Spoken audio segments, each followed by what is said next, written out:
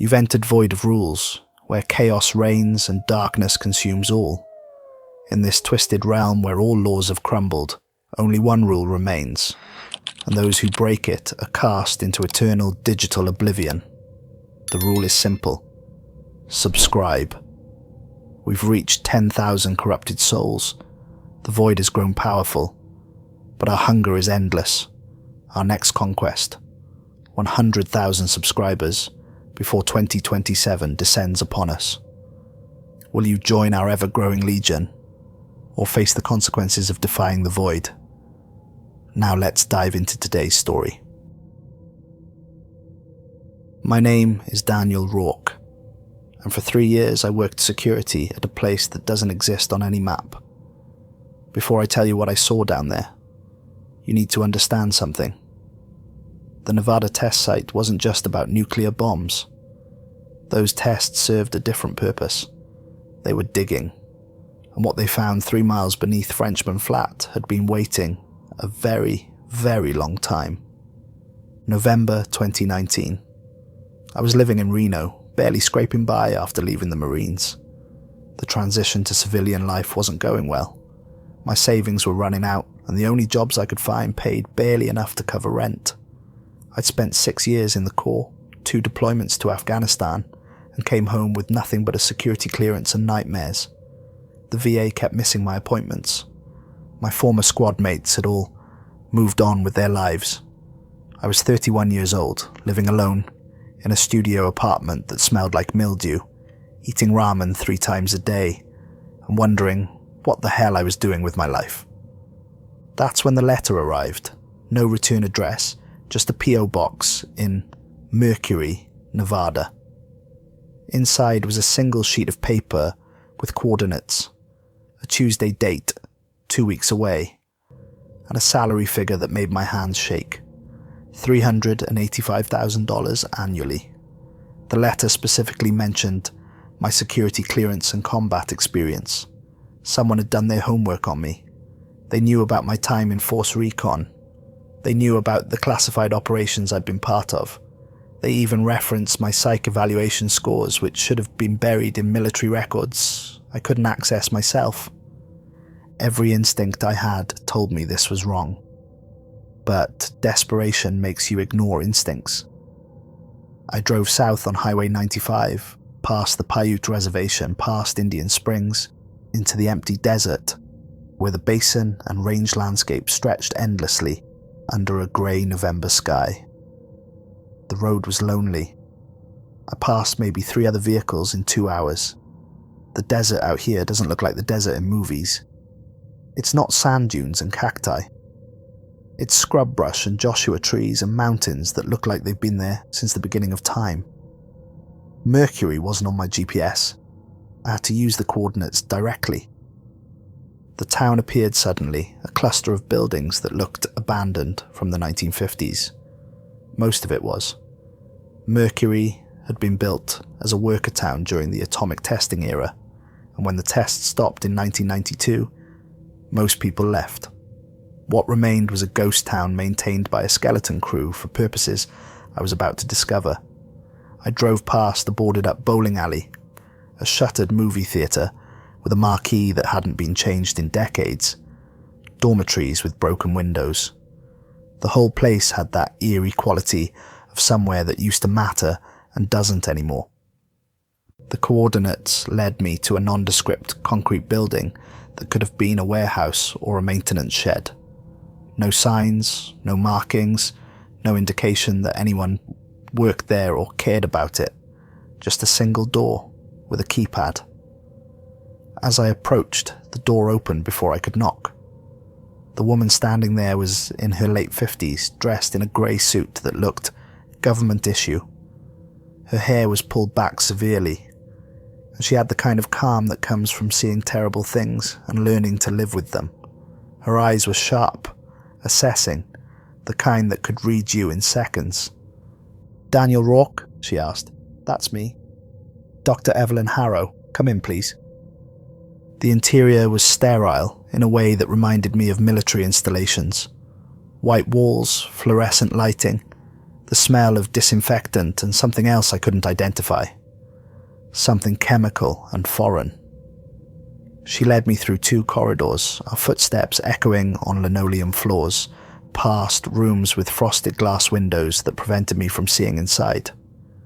We ended up in a windowless room containing only a metal table and 2 chairs. The kind of room where bad news gets delivered. "Sit," she said, and I sat. She studied me for a long moment, her eyes searching for something. Weakness, maybe. Or strength. I couldn't tell which she wanted to find. "I'm going to ask you 3 questions," she finally said. "Answer honestly. Your responses will determine whether you leave here with a job or just leave here." I nodded. "Can you follow orders without asking why?" I'd been a Marine. Following orders was in my blood. Even when those orders didn't make sense. Even when they scared me. "Yes." "Can you keep secrets from everyone you love?" I thought about my sister Emma, dead 8 years. My mother, living in Oregon, who I called twice a month out of guilt more than affection. I thought about the things I'd done in Afghanistan that I'd never told anyone. If I have to, can you accept that some things can't be explained? This was the question that mattered. I could see it in her eyes, the way she leaned forward slightly, the way her fingers interlaced on the table. I thought about what I'd seen in Afghanistan, the things that happened in the dark that we never talked about afterward, the village that was empty one day when it had been full of people the day before, the footprints we found that were too large to be human, the sounds in the mountains at night that made even the local guides refuse to leave their tents. "Yes," I said. Dr. Harrow nodded slowly, something like approval crossing her face. Then she reached into a folder and slid a photograph across the table. The image showed a massive underground facility carved into living rock. Rows of illuminated chambers disappeared into darkness, each one glowing with a different coloured light through what looked like reinforced glass. The scale was enormous, cathedral-like, the kind of thing that would take decades to build. "We call it the Substrate," she said. "The miners who first found it in 1957 had a different name." "What did they call it?" "Hell's Waiting Room." I stared at the photograph. The chambers looked like cells in a prison, but the architecture was wrong. Too organic. The rock had been carved in ways that seemed to follow the natural contours of the stone, rather than impose human geometry on it. "What's in them?" I asked. "That's what you'll be guarding, if you take the job." She pulled the photograph back. "You'll start in 3 days. Don't tell anyone where you're going. Don't tell anyone who you work for. As far as your family and friends are concerned, you've taken a private security contract overseas. Understood?" "I haven't said yes yet." "You will." She stood up. $385,000 a year, Daniel, tax-free, full medical and dental, housing provided, and the knowledge that you're doing something that matters, something that keeps people safe, even though they'll never know you did it. She was right.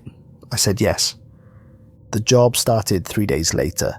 I was driven to a different location, a reinforced bunker built into the side of a mountain near Tonopah.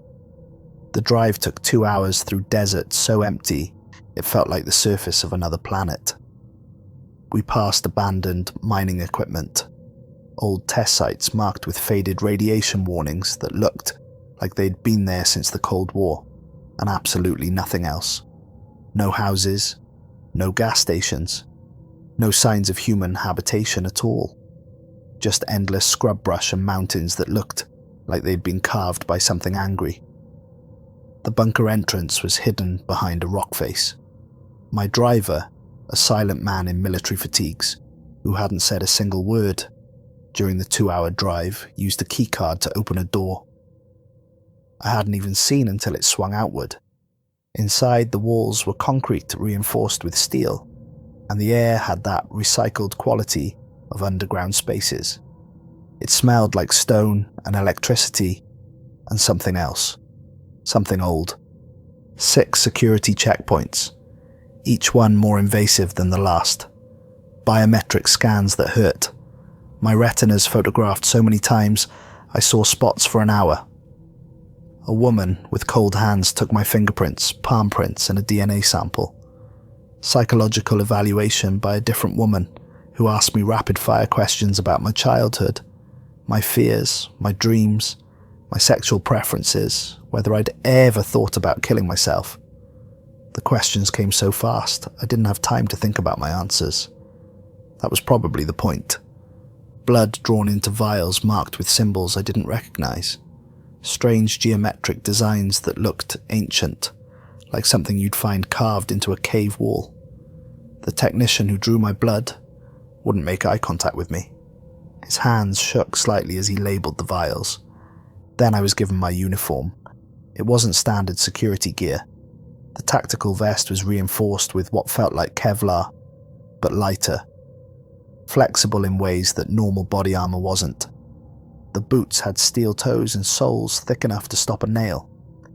The pants had reinforced knees and extra pockets for equipment I hadn't been issued yet. But it was the symbols that caught my attention.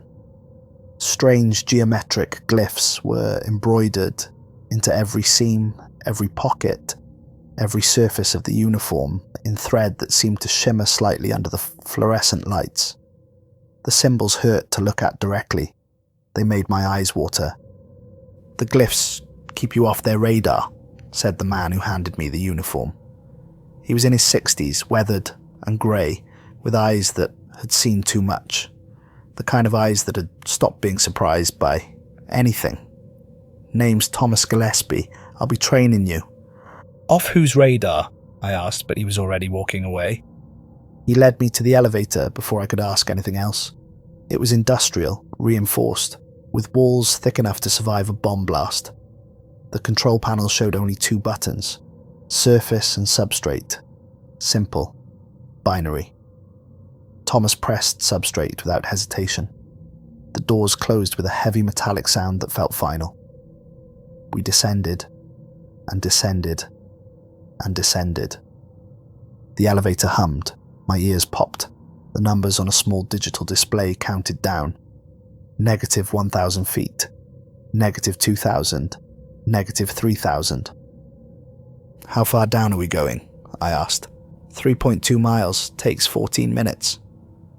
Thomas stared at the elevator doors like he was looking at something very far away. "Gets your ears, doesn't it?" He was right. The pressure change was intense. I had to pop my ears twice, and by the time we were halfway down, I could feel the weight of all that rock above us. The weight of the mountain. The weight of everything pressing down.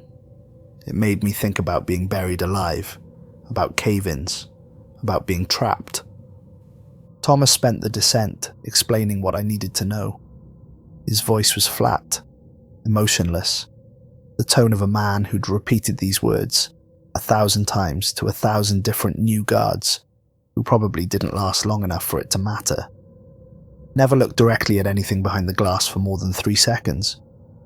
Eye contact means they learn about you. They get inside your head. They figure out what makes you tick, what scares you, what you want, and they use it. "What are they?" I asked. "You'll see soon enough." The elevator continued its descent. My ears popped again. Second rule. Never respond if something calls your name. Doesn't matter if it sounds like your mother, your best friend, your dead sister. They read your memories through the glass, not your thoughts exactly, but your feelings, your grief, your guilt, your love, everything you've ever felt strongly about. They'll use it against you. The elevator shuddered slightly. We were very deep now, -8,000 feet, -10,000. I did the math in my head. We were approaching 2 miles down. Third rule, most important. Thomas looked at me directly for the first time. His eyes were hollow. Never touch the glass with bare skin. The symbols on your uniform work at a distance. They create a kind of interference, static. Makes it harder for them to read you. But physical contact breaks the protection completely. You touch that glass, they touch you back. and you don't want to know what that means. Thomas, what exactly are we guarding? He was quiet for a long moment. The elevator continued its descent. Negative 12,000 feet. Negative 14,000. The facility was built around something they discovered during underground nuclear testing in 1957. The bombs weren't just about weapons research. They were looking for something, and they found it.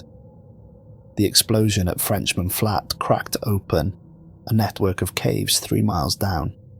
Natural caves that had been sealed for a very long time. When the exploration team went down, they found chambers, and things inside those chambers. Things that had been here before us. Before everything. The elevator slowed. My stomach lurched. Before what? Before humans walked upright. Before we had language. Before we learned to make fire. These things were here first, Daniel. We're the newcomers. We're the invaders. And they've been waiting down here, sealed away, for longer than we can imagine. How long have you been doing this? I asked. 38 years, since 1982. I was your age when I started. 29 years old, thought I'd seen everything. 2 tours in Vietnam, worked private security in South America, got recruited the same way you did. Now I'm 63, and I've got nightmares I'll take to my grave. Nightmares about things I can't even describe. But somebody has to do this job. Somebody has to stand guard. The elevator stopped. The pressure in my ears equalized with a painful pop. The digital display read, negative 16,800 feet. 3.2 miles, just like Thomas had said. The doors opened with a hydraulic hiss. Cold air rushed in, and I got my first look at the substrate. The cavern beyond was enormous. The ceiling disappeared into darkness above us, so high that I couldn't see where the rock ended, and the shadows began. The floor stretched out for what looked like several football fields, carved from living stone that still showed the marks of ancient water flow. Stalactites hung like frozen waterfalls from somewhere up in the darkness. The temperature dropped immediately, cold enough to make me shiver even in the tactical gear. The air smelled like rock and moisture and something else, something organic and old. Like opening a tomb that's been sealed for millennia. Like disturbing something that was meant to stay buried. But it was the chambers that made me stop breathing. 247 of them lined the cavern walls, in rows that climbed up into the darkness like some kind of twisted apartment complex. Each one was fronted with 6-inch reinforced glass that looked like it could stop an artillery shell. They glowed with internal light. Blue chambers scattered throughout the lower levels. Green chambers in the middle sections. Red chambers higher up, fewer in number. And purple chambers, only a handful, positioned at seemingly random intervals throughout the cavern. The colours painted the rock walls in eerie shifting patterns that moved as we walked. The light cast shadows that didn't quite match the objects that made them. And the sound. God, the sound. It hit me like a physical thing the moment I stepped out of the elevator. Whispers in languages I didn't recognise. Some of them sounded vaguely like Latin or Greek, but older, corrupted. Like hearing those languages spoken by something that didn't have a human mouth. Scraping, like nails on stone. Rhythmic and patient. Crying that sounded almost human, but not quite. The pitch wrong. The rhythm too regular. Laughter that made my skin crawl because it came from things that shouldn't be able to laugh. Shouldn't understand humour. Shouldn't know joy or mockery. Or any human emotion. "Welcome to the Substrate," Thomas said. He started walking without checking to see if I followed. "This is Section 7, your section, 43 chambers. You'll learn every one of them. You'll learn what's inside them, what they need, and most importantly, what they'll try to do to you." We walked along the main corridor, a metal walkway that had been installed over the natural cave floor. Our boots echoed on the grated surface. The sound seemed too loud, too intrusive in this place. Each chamber we passed showed something behind the glass, but Thomas kept us moving too fast for me to see clearly. I caught glimpses, a shape that might have been human, a cluster of something that writhed, an empty chamber that somehow felt more occupied than the ones with visible inhabitants. Blue chambers are class 1, Thomas explained. He didn't slow down. Dormant but contained. They sleep most of the time. We study them when they're active. Try to understand them. Most have been asleep for thousands of years. They're the oldest ones, the ones that went to sleep before humans even existed. We passed a blue chamber on our right. Something inside shifted in the darkness. For just a second, I saw what looked like a massive eye opening.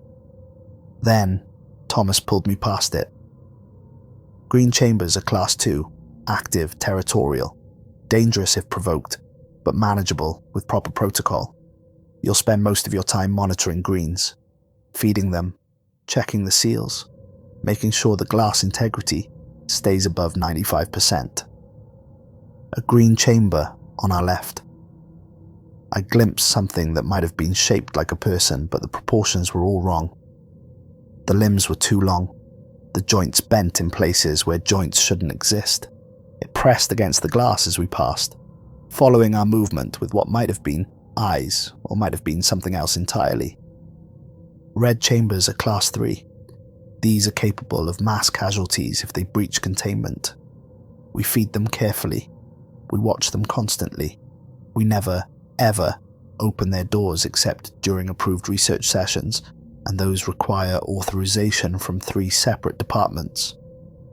A red chamber ahead, positioned higher up on the cavern wall. We had to climb a metal staircase to reach the walkway that serviced it. The thing inside pressed against the glass as we approached. I couldn't see it clearly, didn't want to see it clearly, but I could see its reflection in the metal walkway below, and the reflection didn't match what was behind the glass.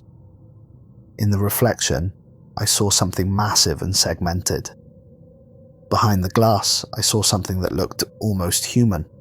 Almost. "And purple chambers?" I asked, already dreading the answer. Thomas stopped walking.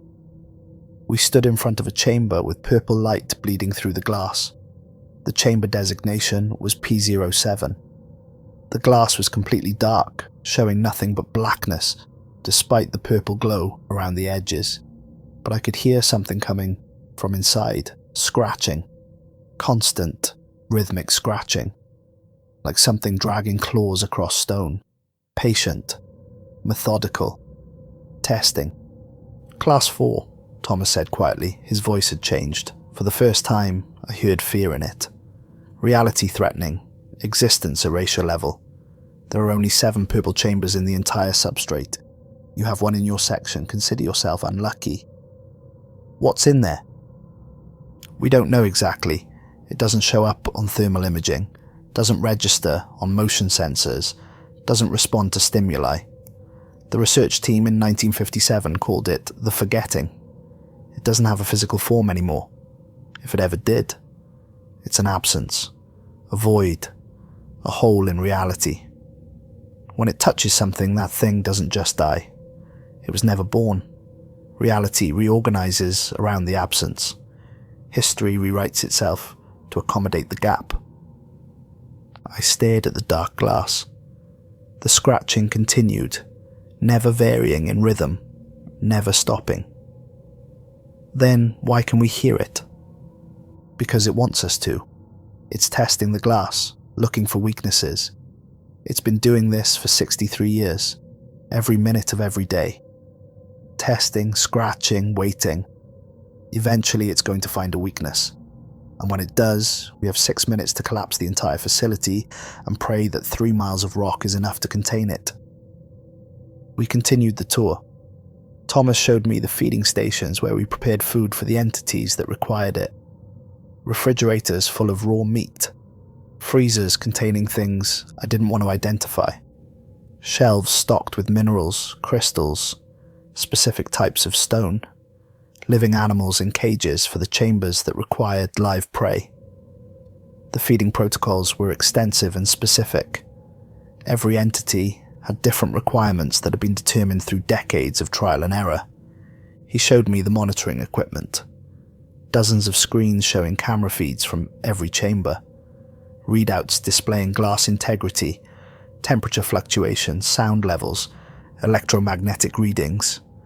A seismograph that measured vibrations throughout the facility. 3 technicians sat at the monitoring station around the clock, watching everything, recording anomalies. He showed me the emergency protocols, the alarm systems, the evacuation routes, the fail-safe mechanism that would trigger if a containment breach couldn't be stopped. Thermite charges positioned throughout the facility, enough explosive power to melt steel and collapse support structures. If those go off, everyone still underground dies, Thomas said matter-of-factly. The facility collapses. 3 miles of tunnel system comes down. Everything gets buried. The surface teams report it as seismic activity and move on. He showed me the armory, which seemed pointless because he explained that conventional weapons didn't work on most of the entities. Then, what's the point of guns? I asked. Thomas looked at me with those hollow eyes. For yourself, if it comes to that, quicker than what they'll do to you. The first week was orientation. I learned the feeding schedule, the monitoring protocols, the emergency procedures. I memorized the layout of Section 7, every chamber number, every walkway, every staircase. I learned which chambers required daily monitoring and which could be checked weekly. I learned how to read the glass integrity displays, how to calibrate the sensors, how to recognize the warning signs that something was wrong. Each entity had specific requirements, documented in leather-bound journals dating back to 1957. The handwriting changed as different guards recorded their observations over the decades. Some entries were clinical and precise, others were rambling and frightened. Some of the later entries from certain guards showed clear signs of mental deterioration, the handwriting becoming erratic, the observations becoming paranoid or nonsensical. Chamber B22 required raw beef, delivered at exactly 6 a.m. and 6 p.m. The journal noted that the subject appeared childlike from certain angles, but cast 7 distinct shadows. The shadows moved independently of each other and of the subject itself. Do not count the shadows. One entry warned in shaky handwriting. Do not try to determine which is real. Counting the shadows makes them aware of you. Chamber G41 required nothing but mineral salt, placed in a ceramic bowl, twice daily. The journal had extensive warnings. Subject appears differently to each observer. Most common manifestation is a deceased loved one. Do not be deceived. This is a predator. It feeds on grief. The longer you look at it, the more real the manifestation becomes. Guards have attempted to open this chamber on multiple occasions. All have been stopped. Most have been transferred to psychiatric facilities. Chamber R15 required live rabbits once weekly. The creature inside would consume them entirely, bones and all, in less than 30 seconds. The journal was extensive, pages and pages of observations, written over decades. Subject speaks in backward Sumerian. Translation reveals predictions of future events, specifically deaths. Has accurately predicted 17 facility deaths since 1959. Last prediction logged was 3 months ago, suggesting 3 more deaths are imminent. Do not listen to the predictions. Do not try to prevent them. Previous attempts at prevention have only ensured occurrence through unlikely coincidences that suggest the predictions are not warnings, but commands that reality obeys. Chamber P07 required nothing. The journal was brief, just a few lines repeated over and over, by different guards in different handwriting. Do not feed. Do not engage. Do not approach closer than 10 feet unless absolutely necessary. Subject is not contained by physical barriers, but by its own choice. It remains because it is waiting. For what, we do not know. God help us when it decides to stop waiting. My first solo shift was a Thursday night. midnight to 8 a.m. The graveyard shift. Thomas walked me through it one final time, then left me alone in Section 7. The elevator doors closed behind him, and I was alone with 43 chambers full of things that shouldn't exist. The first hour was terrifying. Every sound made me jump. The whispers seemed louder when I was alone, more insistent, like they were trying to get my attention. The coloured lights cast shadows that moved wrong, that stretched in directions that didn't match the light sources. I kept my eyes forward, remembered Thomas's warning about the 3-second rule, and tried to focus on the feeding schedule. At 2 a.m, I had to deliver beef to chamber B22. I approached slowly, carrying the tray of raw meat. My hands were shaking slightly. The chamber was 50 feet long and 30 feet deep, carved directly into the rock with smooth walls that showed tool marks from whatever had done the carving. The blue light inside pulsed gently, like breathing, like a heartbeat. I placed the tray in the delivery slot, a reinforced chamber that allowed items to be passed through without opening the main door. The tray slid inside on a mechanical arm. I heard it clank down on the chamber floor. Then I saw it. The thing inside chamber B22 looked like a little girl, maybe 7 years old, wearing a dress that might have been white once but was now grey with age and something that looked like mould or decay. She stood in the centre of the chamber, perfectly still, watching me. Her skin was pale, too pale, the colour of something that had never seen sunlight. Her hair hung in limp strands around her face. She didn't blink, just stared at me with eyes that were too dark, pupils dilated so wide they seemed to swallow all the light. I remembered Thomas's warning, 3 seconds, maximum eye contact. I counted in my head, 1, 2, 3. I looked away, but in those 3 seconds I saw her shadows, 7 of them cast in different directions despite there being only one light source in the chamber. The shadows moved while she stood still. One shadow reached toward the glass, fingers elongating impossibly. Another bent backward at an angle that should have been impossible, folding in on itself. A third split into fragments, each fragment moving independently. A fourth writhed like it was in pain. A fifth crept along the wall, like it was alive. A sixth pressed flat against the floor, spreading like spilled ink. The seventh shadow did something I couldn't process. Something that made my eyes hurt and my brain refused to interpret what I was seeing. When I looked back, forcing myself to count to 3 again before looking away, she was smiling. Her mouth was too wide, too many teeth. The teeth were wrong, too sharp, arranged in rows like a shark. But her face was still that of a little girl, still innocent looking, except for the smile. She picked up a piece of raw beef from the tray and bit into it without breaking eye contact with me. Blood ran down her chin.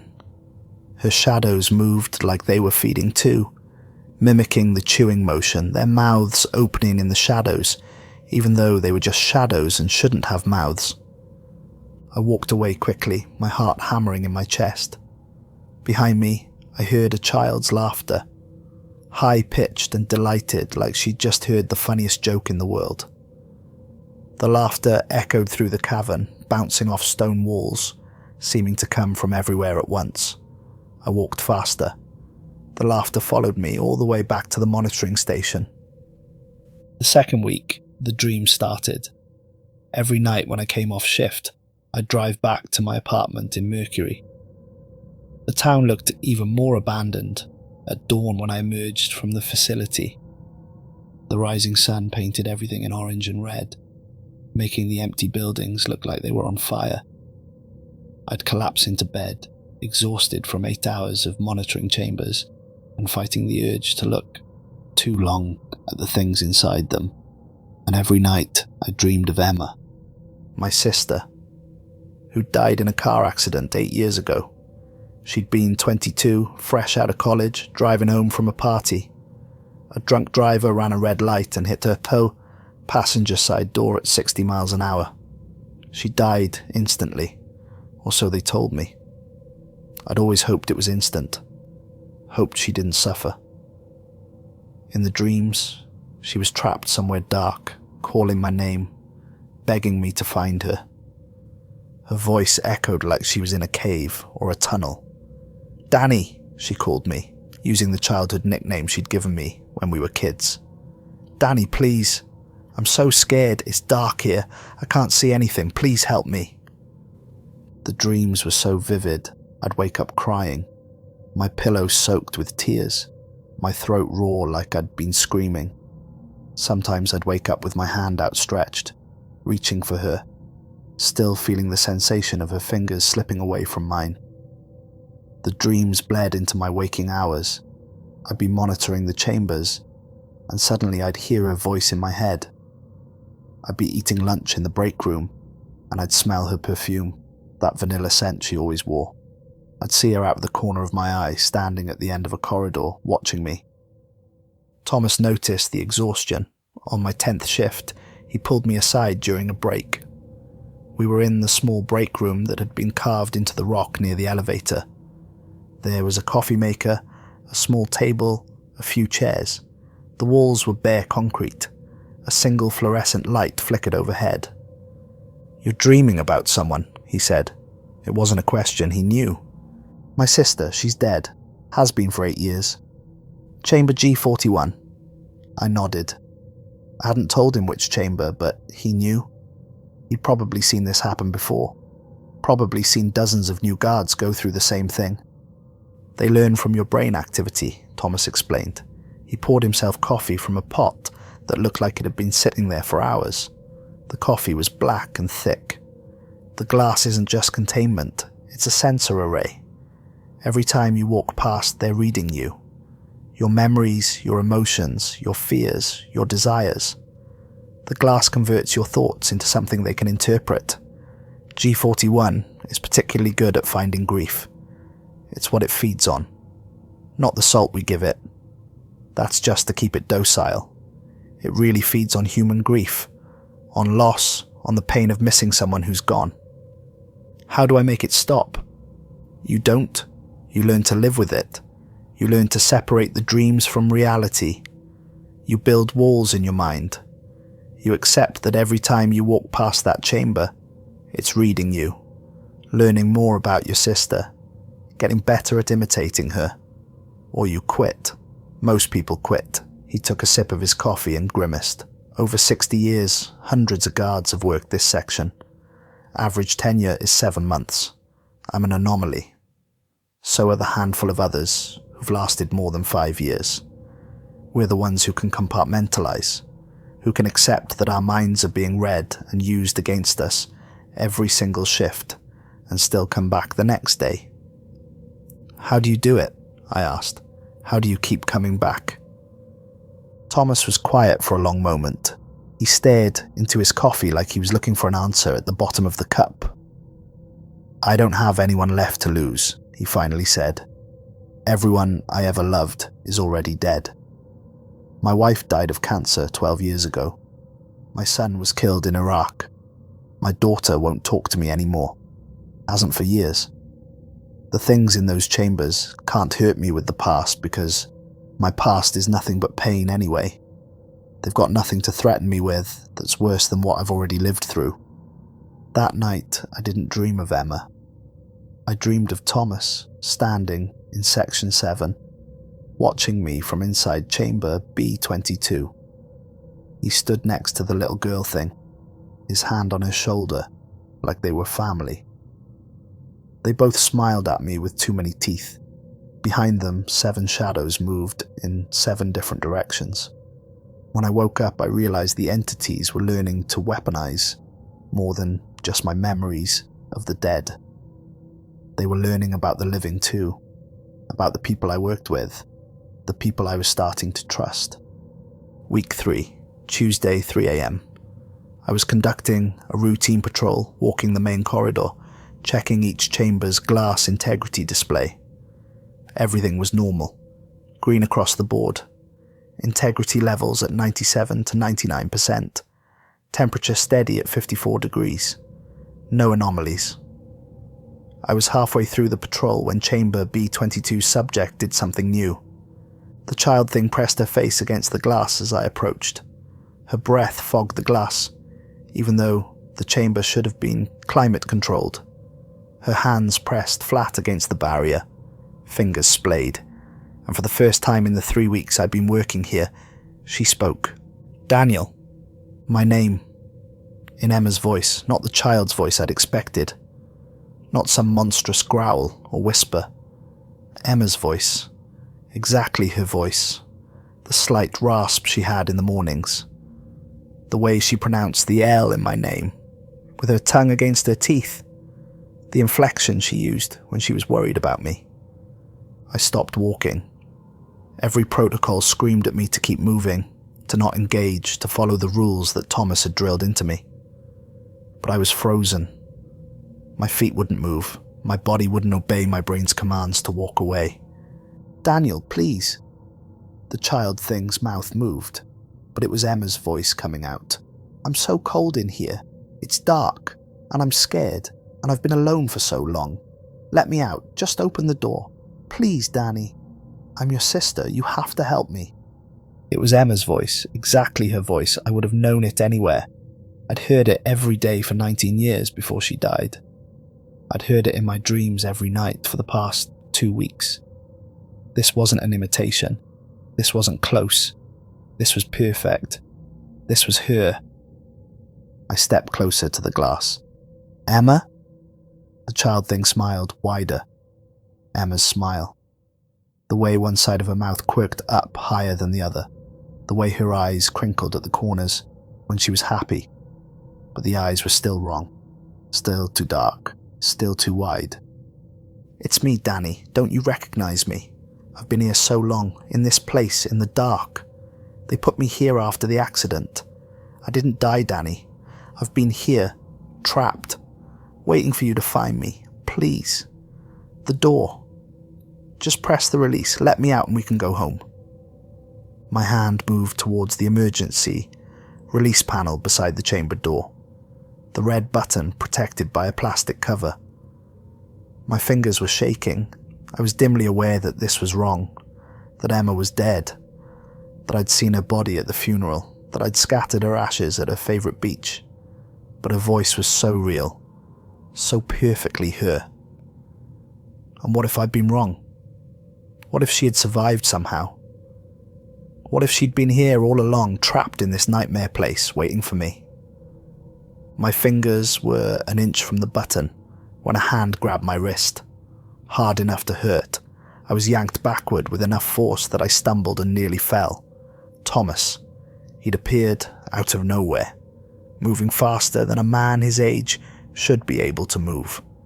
He pulled me 20 feet down the corridor, away from chamber B22, and slammed me against the rock wall hard enough to knock the wind out of me. "What the hell are you doing?" he shouted. His face was inches from mine.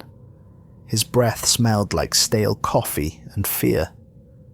"You were about to open it. You were about to let it out. Do you have any idea what would have happened?" I blinked, awareness flooding back like cold water. My heart was hammering. I was breathing hard. I felt like I'd just woken up from a trance. It sounded like Emma. It was her voice. "It's never who you think it is. That's chamber B22, Daniel. It's been reading you for 3 weeks. Every shift you've worked, every time you've walked past, it's been inside your head. It knows everything about your sister because you know everything about your sister. Every memory you have of her, it has access to. Every word she ever said to you, every expression she made, every habit, every quirk. But that thing wearing her voice, that's something that was old when humans were learning to walk upright. It eats people, Daniel. It doesn't free them." I looked back at chamber B22. The child thing was gone. In its place was something else, something I couldn't quite focus on because my mind refused to process the geometry of it. It was too large for the chamber, existing in more space than should have been possible. It had appendages I couldn't count, joints that bent in dimensions I couldn't perceive. It scraped against the glass with something that wasn't quite hands. The sound was like nails on a chalkboard amplified 1,000 times. Then it vanished, and the chamber was empty again except for the blue light, and those 7 writhing shadows that moved across every surface, searching for something, reaching for something. My legs gave out. I slid down the wall and sat on the cold metal walkway, my head in my hands. I was shaking. I couldn't stop shaking. Thomas sat down next to me. He didn't say anything for a while, just sat there, both of us on that cold metal walkway 3 miles underground, surrounded by chambers full of things that wanted to kill us, or worse. I almost opened it, I finally said. I knew it was wrong. I knew Emma was dead. But I almost did it anyway. That's what they do, Thomas said quietly. They find what you want most and they offer it to you. They find your grief, your loss, your regret, and they weaponize it. B-22 is particularly good at this. It's killed 3 guards over the years. All of them opened the door, thinking they were saving someone. All of them were torn apart in seconds. Why didn't you tell me this could happen? I did tell you. First day. Never respond if something calls your name. Never trust what you see or hear. I told you all of this, Daniel. But knowing the rules and following them when you're standing there hearing your dead sister's voice begging you to save her are 2 very different things. We sat there for another few minutes. Finally, Thomas stood up and offered me his hand. I took it and he pulled me to my feet. You need to decide right now if you can keep doing this job, he said, because this was your warning, your test. If you come back tomorrow, B-22 is going to try again. It's going to be even more convincing. It's going to know that it almost got you, and it's going to refine its approach. Can you resist it next time? Can you walk past that chamber every shift, knowing that your dead sister is going to call your name and beg you to save her? I thought about it. Thought about the $385,000 a year. Thought about my empty apartment and my empty life and the fact that I had nothing else to go back to. Thought about the fact that someone had to do this job. Someone had to stand guard over these things, and if I quit, they'd just recruit someone else to take my place. Someone who might not be as lucky as me. Someone who might not have Thomas there to grab their wrist at the last second. Yeah, I said, I can do it. Thomas nodded, like he'd expected that answer, like he'd seen it before in other guards who stayed past their warning, past their test. Good.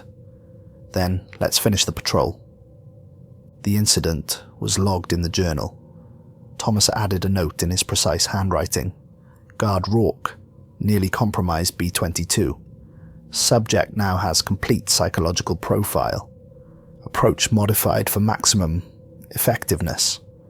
Recommend continued monitoring of guard's mental state. Dr. Harrow reviewed the incident and decided I should stay. I had to meet with her the next day for a mandatory psychological evaluation. She sat across from me in that same windowless room where she'd first interviewed me. Same metal table, same uncomfortable chairs. But this time she looked at me differently, like I'd passed some kind of test that most people failed.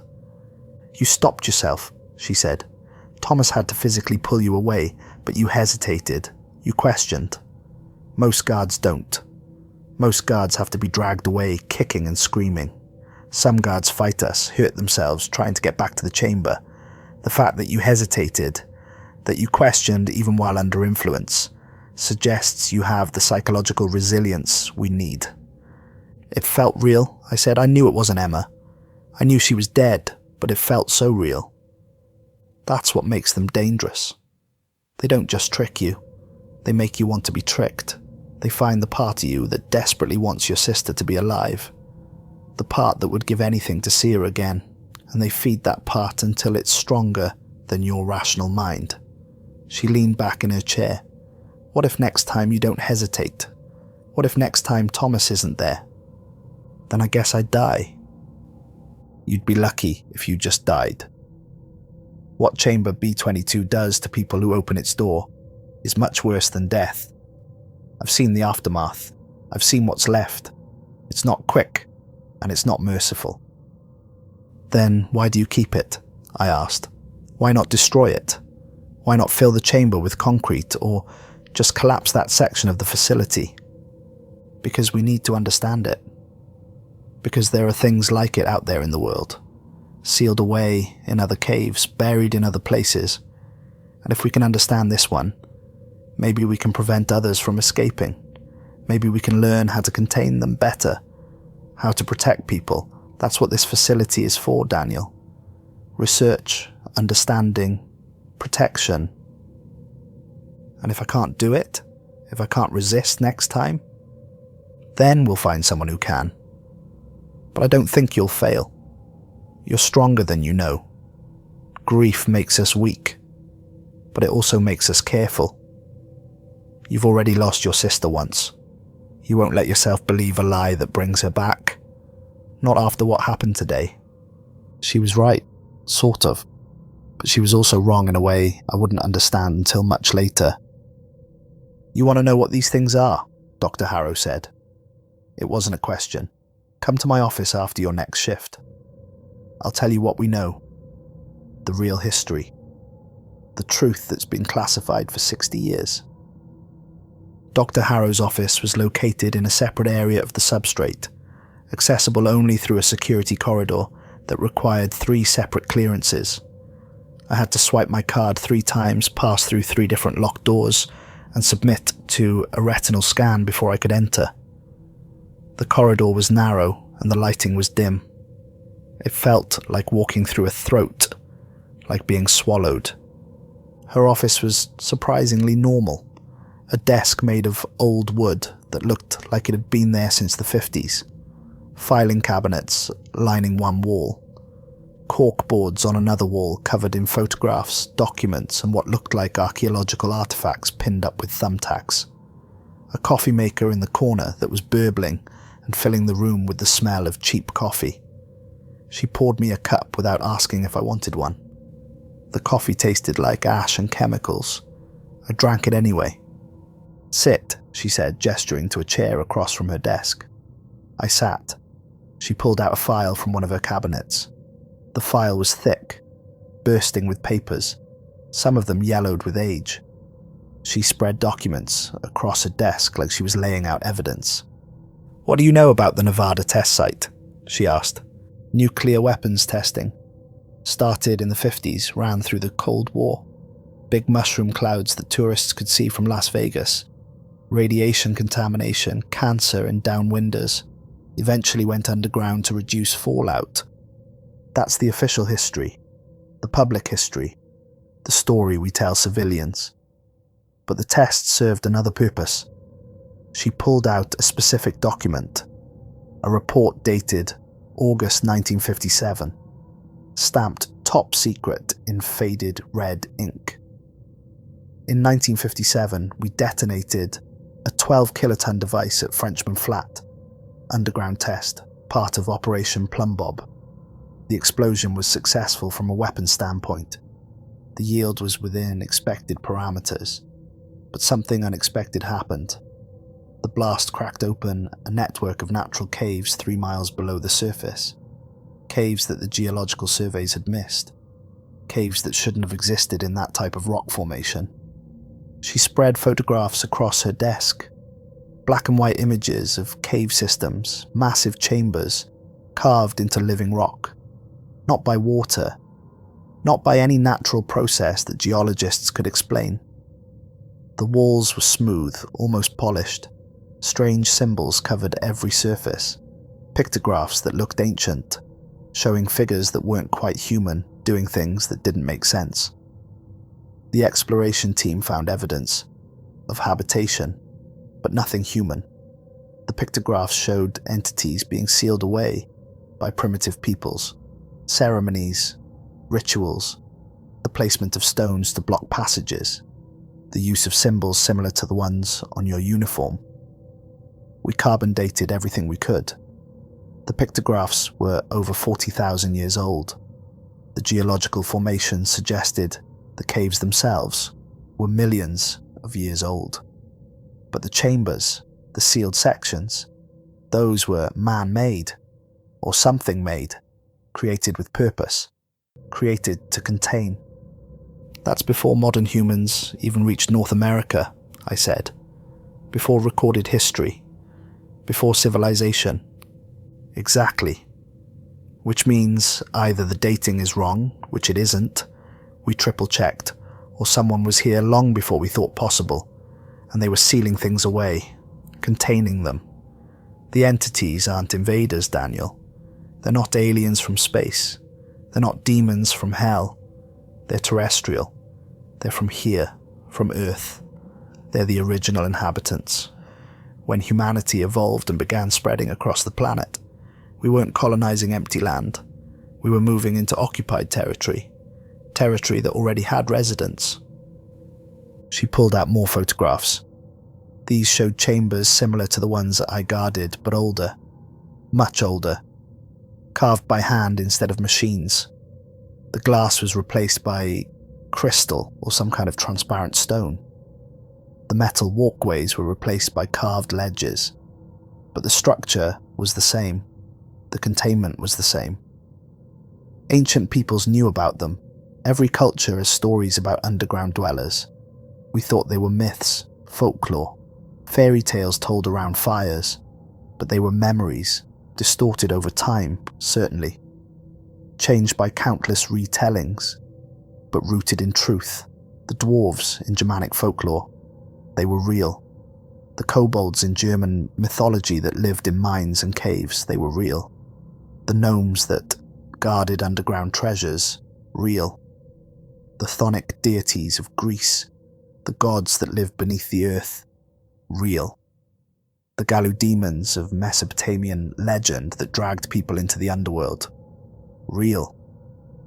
All of them were memories of something that actually existed. She pulled out a document written in what looked like ancient Sumerian. Next to it was a translation typed on yellowed paper. This tablet was found in Iraq in the 1920s. Took decades to translate properly. It describes an agreement, a pact between early humans and what it calls the old ones who dwell below. The terms are simple. The old ones would retreat underground, would stay hidden as human civilization expanded. In exchange, humans would leave certain places untouched, sacred sites, deep caves, specific mountains, places where the boundaries between the underground world and the surface world were thin. The agreement held for millennia. Both sides kept their word. What happened? I asked, though I thought I already knew the answer.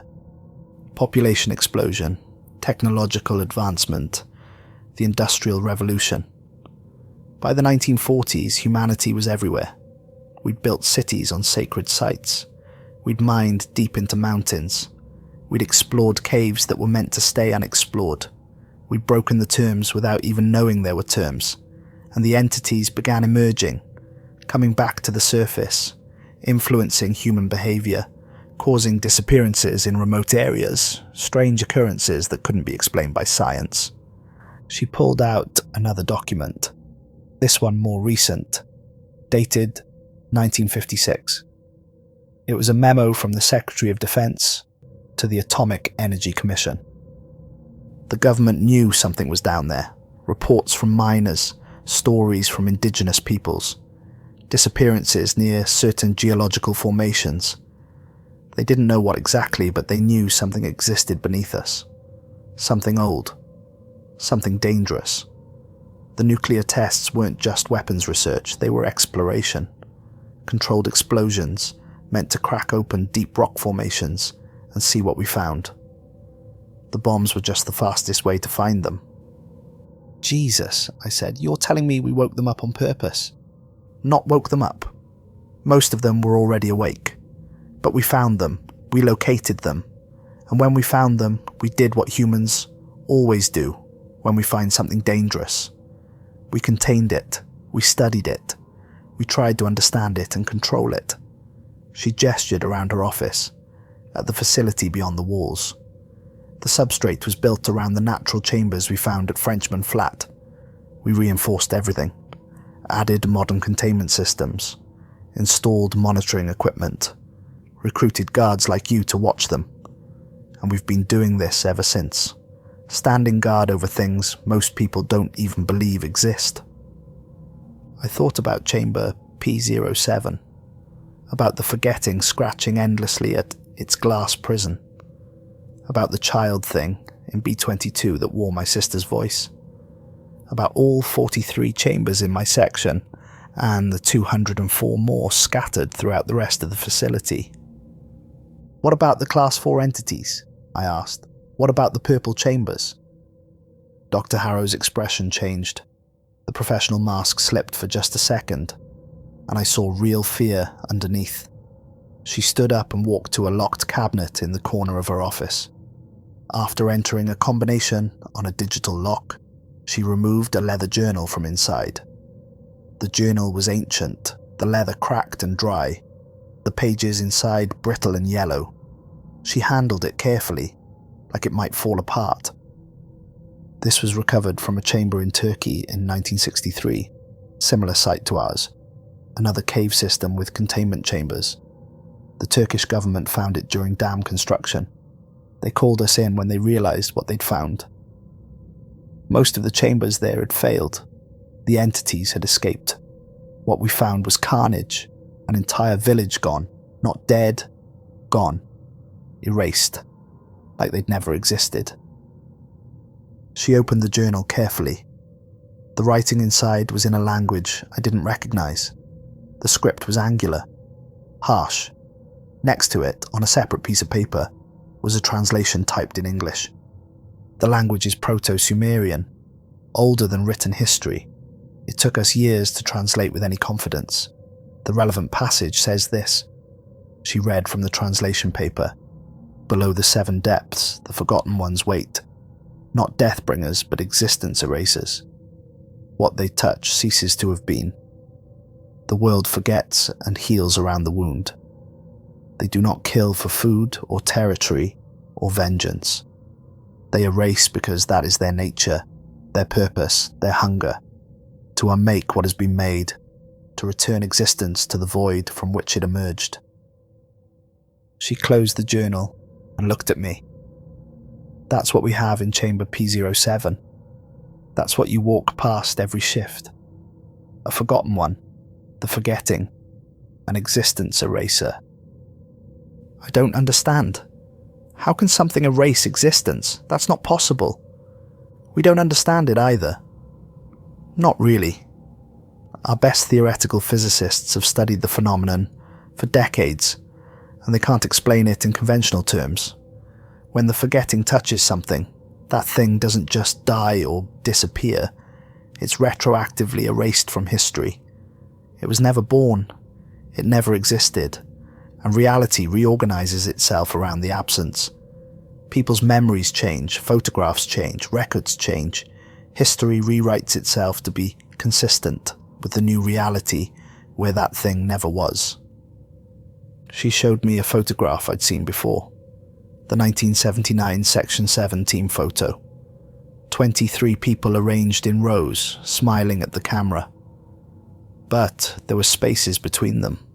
Empty spaces that looked wrong, like the photograph had been badly cropped, or like people had been edited out poorly. We think there used to be more people in this photo. The composition is wrong. Look at how people are positioned. Look at where their eyes are focused. Look at how their hands are positioned, some of them reaching out to rest on empty shoulders. We think there were at least 4 more people in this photo, maybe more, but the forgetting touched them, and now there's just space. And everyone who knew them has this vague sense that something's missing, but they can't remember what. I stared at the empty spaces. Now that she'd pointed them out, they were obvious. The way one man's arm was extended at an awkward angle, like he'd been putting his hand on someone's shoulder, but there was no one there. The way a woman was turned slightly, her body angled toward empty air like she'd been looking at someone. The way the group was arranged with gaps that didn't make sense. gaps that a photographer would never have allowed. How many people have been erased? I asked. We don't know. By definition, we can't know. We can only identify the traces they leave behind, the inconsistencies, the gaps. The personnel records show anomalies. We have payroll records for people with no names, equipment assigned to non-existent employees, time cards punched by nobody. Based on these gaps, we estimate at least 12 people have been completely erased from this facility's history. Possibly more. Probably more. And you keep it contained how? If it's so dangerous, if it can erase existence itself, how is a glass door stopping it? It's not. The glass doesn't actually contain it. None of our barriers do. We learned that early on. The forgetting could leave any time it wants. The glass, the doors, the walls, they're irrelevant to something that exists outside normal physical laws. It stays in chamber P07 because it chooses to, because it's waiting for something. Waiting for what? We don't know. That's what terrifies us. It's been waiting for 63 years, scratching at the glass, testing it. Not because the glass could stop it, but because it's testing us, seeing how we respond, learning about us. When it's ready, when whatever it's waiting for happens, it will leave.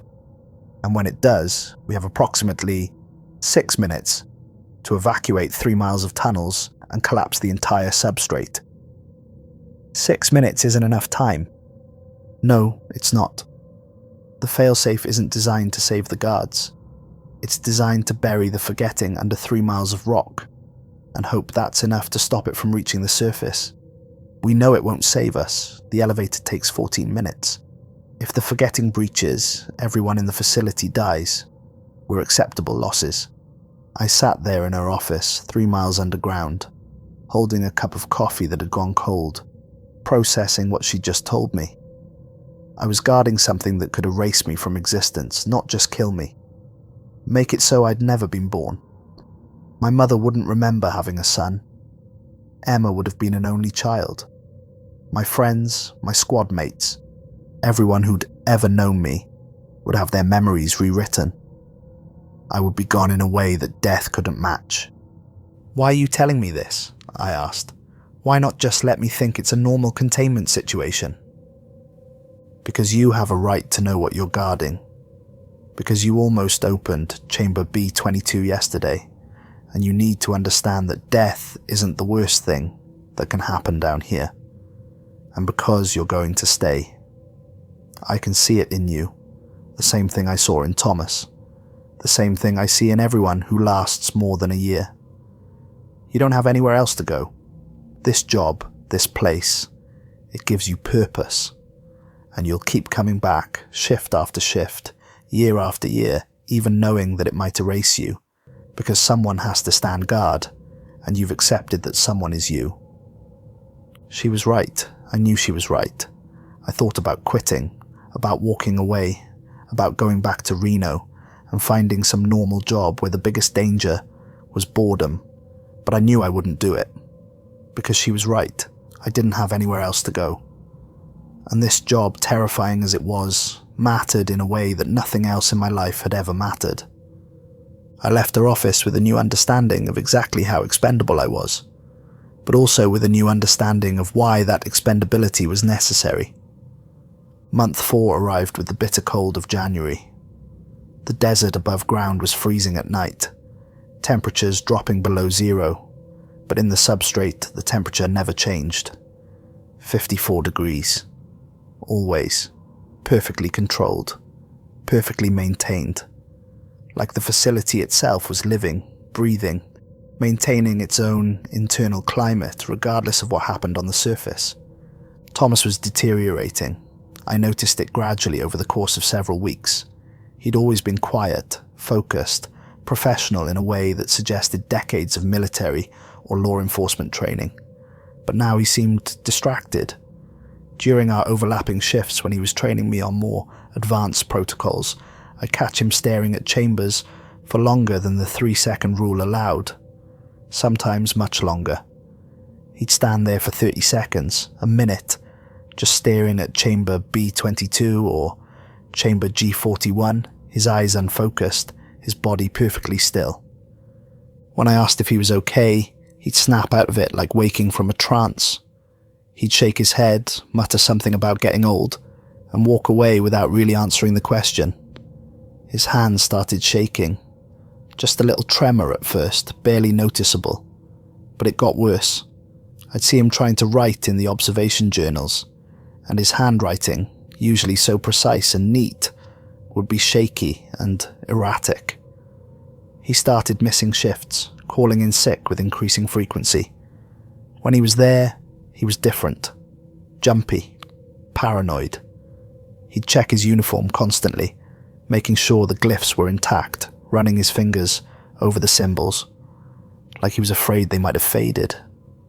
Then, one morning in mid-January, he didn't show up for his shift at all. No call, no message, just absent. I completed my patrol alone, and when I got back to the monitoring station, I asked Angela Hayes, the Section 7 supervisor, if she'd heard from him. "I'll check on him," she said. "Finish your shift." An hour later, she called me to the break room. "I need you to come with me." We found Thomas in the break room that serviced Section 5, 2 sections over from ours. I'd never been there before. The room was identical to ours. Same table, same chairs, same coffee maker. But Thomas was sitting at the table staring at the wall. His eyes were open but unfocused, like he was looking at something very far away. Something only he could see. His coffee sat in front of him, untouched, cold. A thin film had formed on the surface. His hands were flat on the table, palms down, fingers spread. His uniform looked rumpled, like he'd slept in it. He hadn't shaved in days. "Thomas?" I said. He didn't respond, didn't even blink. I sat down across from him. Angela stood in the doorway watching, her hand near her radio. "Thomas, what's wrong?" His lips moved. No sound came out at first, then, barely above a whisper, "I saw myself yesterday, in chamber B22. I was wearing my uniform, but I was dead. My neck was broken, head turned all the way around backwards, eyes open, mouth open, and the thing wearing my face waved at me, like we were old friends, like it was saying goodbye. It wasn't real, you know that. It's what they do. It waved at me, Daniel." His voice was flat, emotionless, but his hands were shaking now, trembling against the table surface. It knew me. It looked right at me, and it knew me. And I think it was telling me something. I think it was showing me what's going to happen. "Thomas, listen to me. You've been doing this job for 38 years. You've seen things like this before. You told me yourself they use our fears against us." He looked at me then. Really looked at me. And his eyes were hollow, empty, like something had been scooped out of him. "I'm tired, Daniel. I'm so tired. I've been standing guard for 38 years, and I don't think I can do it anymore. I don't think there's enough of me left." Security arrived 10 minutes later. 2 men in tactical gear who looked like they'd done this before. They were gentle with Thomas, talking to him in quiet voices, helping him stand. He didn't resist. Just let them guide him out of the break room, down the corridor, toward the elevator. Dr. Harrow classified him as psychologically compromised. That was the official term. The paperwork said he'd be sent to a specialized facility in Washington for observation and treatment. Somewhere he could rest, somewhere he could recover. But I saw Dr. Harrow's face when she signed the papers. She didn't think he was coming back. She thought Thomas Gillespie had finally broken after 38 years of standing guard over things that ate at his mind every single shift. 3 days later, I asked Angela about Thomas, how he was doing, when he might come back, whether we could visit him. She looked at me with genuine confusion. "Who?" Thomas Gillespie. He trained me. He's been here since 1982. "There's no Thomas in Section 7.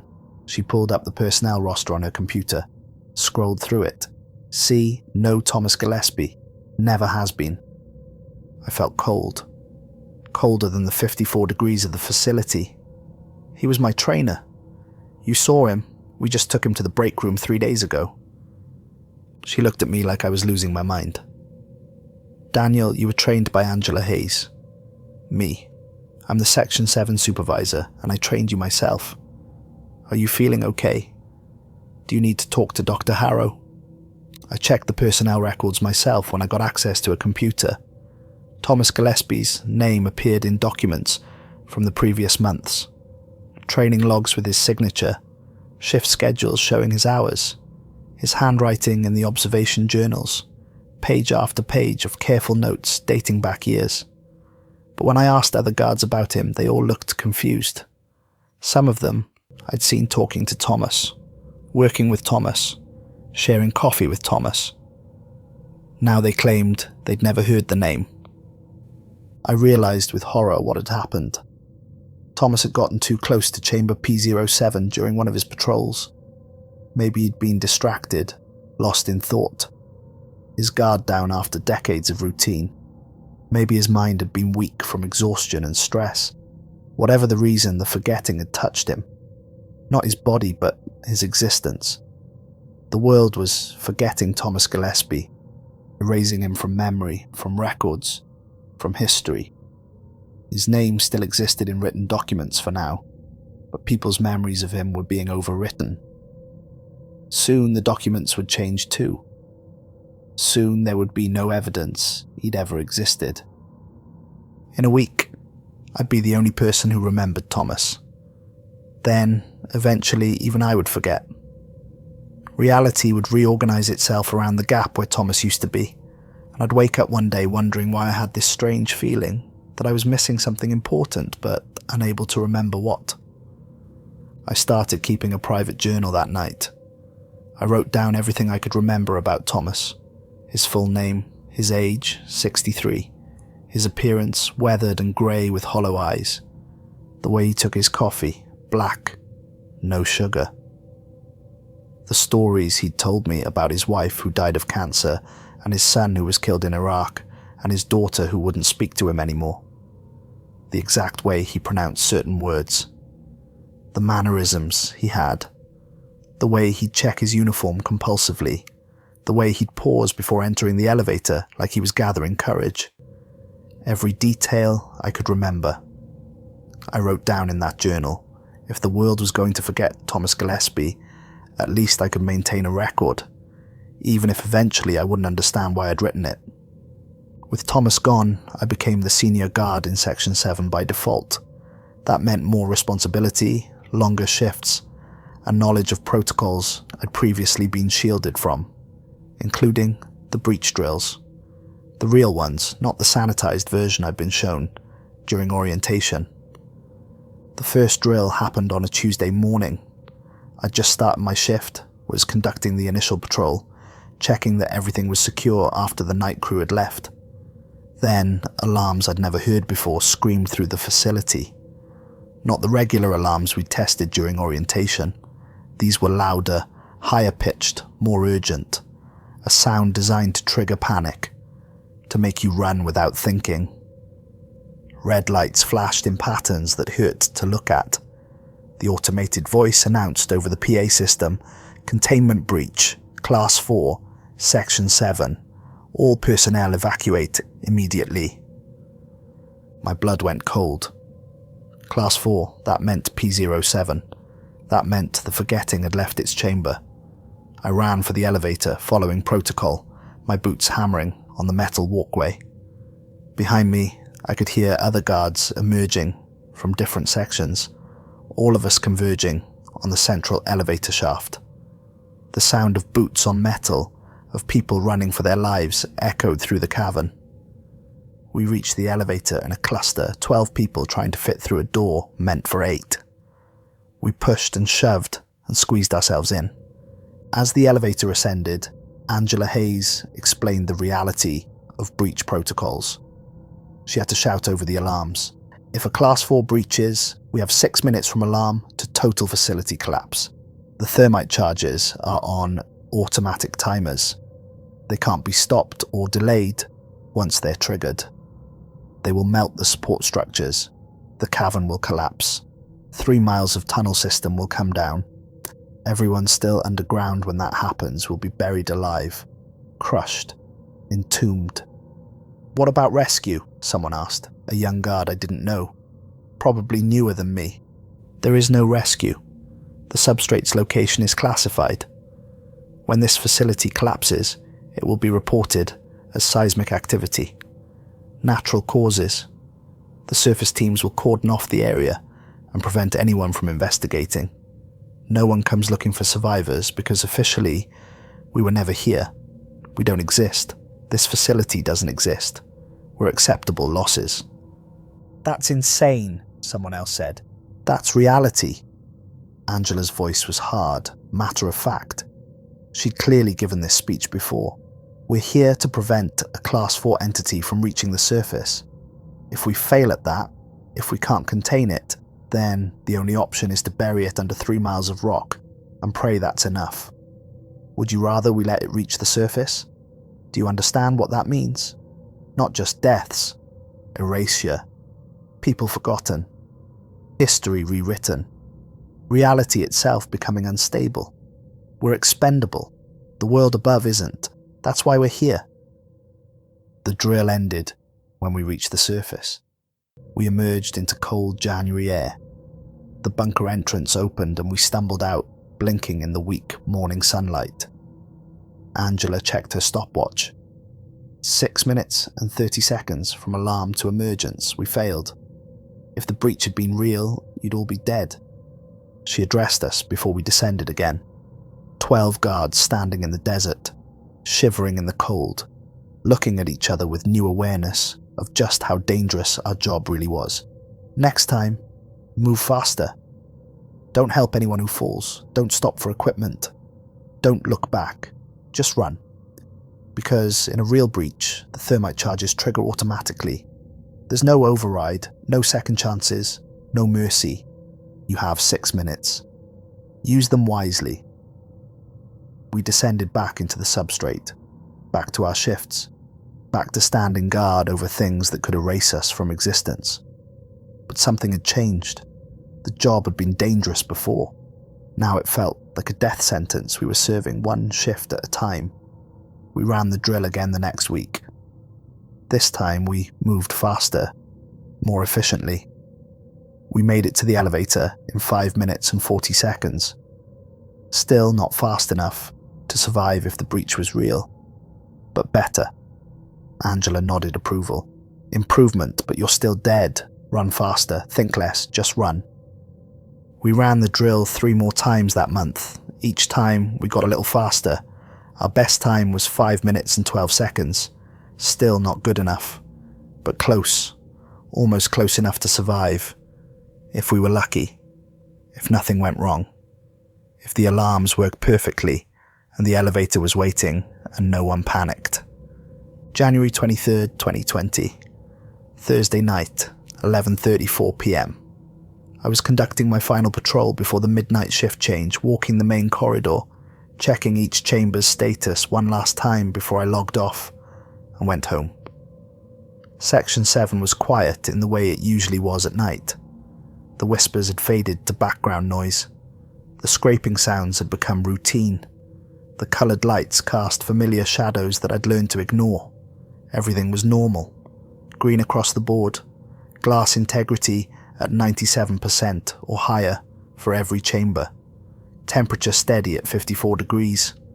No anomalies logged. Just another routine night in the substrate. Then the lights flickered, just once.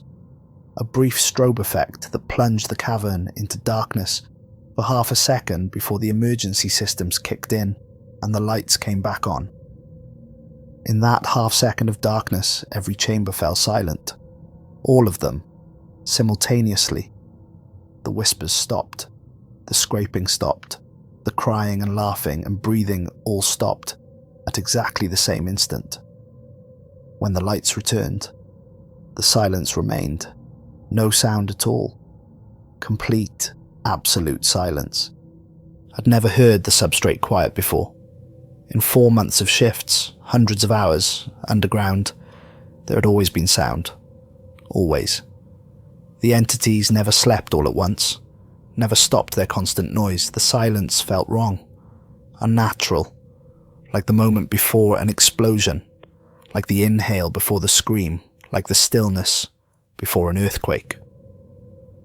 Then I heard it, the sound of glass cracking, not breaking, cracking, the slow, deliberate sound of something under stress, something beginning to fail. I turned toward the source of the sound. Chamber P07. The purple light around the edges of the door was flickering, and the door itself was moving, opening, not from mechanical failure, not from power loss. Something was pulling it open from inside. The reinforced steel door, 6 inches thick, designed to withstand artillery strikes, was bending. The metal was actually bending, warping, deforming, like it was made of plastic instead of steel.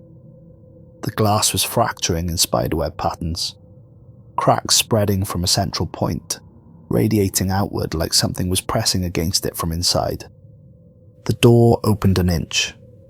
I could hear the metal screaming, the structural bolts shearing. Then 3 inches. The gap was wide enough that I could see into the chamber now.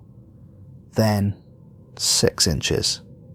Wide enough for something to fit through. And through the gap, I saw nothing. Not darkness, not shadow. Nothing. An absence of space, an emptiness that hurt to look at because my brain couldn't process what wasn't there. My eyes tried to focus on it and failed. Tried to interpret what they were seeing and couldn't. There was nothing to see, just a hole where reality used to be. But the nothing was moving, spreading, growing. I could see it expanding through the gap in the door, reaching out into the cavern like smoke or fog or something that had no physical form, but still existed somehow. Where it touched, things stopped existing. The metal walkway didn't rust or break. It ceased to have been built. The rock wall didn't crumble. It was forgotten. Reality was being erased and rewritten in real time. And I was watching it happen. I ran, pure instinct, no thought. Just the overwhelming need to get away from that spreading nothing. The alarm started as I sprinted for the elevator, but I was already running. Not the drill alarm, a different sound. The sound I'd hoped never to hear. Higher pitched, more insistent. Desperate, the automated voice announced over the PA system, "Containment breach, Class 4, Section 7. All personnel evacuate immediately. Failsafe Alpha activated. 6 minutes to collapse." 6 minutes. 360 seconds. I ran faster than I'd ever run in my life. My lungs burned. My legs screamed. My heart hammered so hard I thought it might explode. Behind me, I could hear other guards emerging from different sections, all of us running for the elevator, all of us knowing that most of us wouldn't make it. Behind us, silence spread like a wave, not the absence of sound, the absence of everything. The lights didn't go out, they ceased to have been installed. The walls didn't crumble, they were forgotten. The metal walkways didn't collapse, they were unmade. I reached the elevator. 3 other guards were already there. Angela Hayes, a technician named Wilson who I'd shared coffee with a dozen times, and another guard whose name I couldn't remember, even though I'd seen him every day for 4 months. We piled inside. Angela hit the surface button. The doors closed. The elevator began to rise. Through the small window in the door, we watched the substrate collapse behind us. But collapse wasn't the right word. The forgetting spread through Section 7, like ink through water, like a stain growing, like a wound opening. Where it touched, reality ceased. Chambers didn't break or fall or explode. They stopped existing. One moment, Chamber B22 was there, the little girl thing pressing against the glass, her 7 shadows writhing. The next moment, there was only smooth rock wall, as if the chamber had never been carved, as if nothing had ever been contained there. The rock walls didn't crack or crumble. They were unmade, reality reorganizing itself to fill the space where the walls used to be. The metal walkways didn't collapse. They simply weren't there anymore, had never been there, and the space they'd occupied was just empty air. A guard named Wilson stood on the walkway below us, about 50 feet from the elevator, running as fast as he could. He was young, maybe 25, with red hair and freckles. I'd shared coffee with him just yesterday. He told me about his girlfriend, showed me pictures on his phone, talked about proposing to her next month. He was running, terror on his face, reaching toward the elevator. He was going to make it. He was only 50 feet away, 40 feet, 30 feet. Then the forgetting reached him. He didn't scream. He didn't die. He didn't explode or burn or get crushed. He simply stopped existing. One moment he was there, running, his face a mask of fear, his hand outstretched. The next moment there was only empty walkway, and my memory of him was already fading, already being rewritten by whatever the forgetting did to the world when it erased something. Angela stared at the space where Wilson had been. 5 seconds passed. She looked confused, like she'd forgotten something important but couldn't remember what. "Why did we think we needed 4 people?" she asked, looking at the 3 of us in the elevator. "There's only 3 of us." I stared at her. Wilson. His name was Wilson. He was right there. He was running. He was going to make it. Angela looked at me like I was speaking a foreign language. "Who's Wilson? I've never heard that name before." I looked at the other guard, desperate for someone to confirm what I'd just seen, to validate that Wilson had existed. "You saw him. You saw Wilson. Tell her." The guard shook his head slowly. "Sorry, man. Never heard of anyone named Wilson. Are you okay? Did you hit your head?" The forgetting had erased Wilson. Completely. Not just killed him, erased him from existence, from history, from memory. And everyone except me had already forgotten he existed. My memories would fade too, eventually. Given enough time, I'd forget Wilson just like everyone else.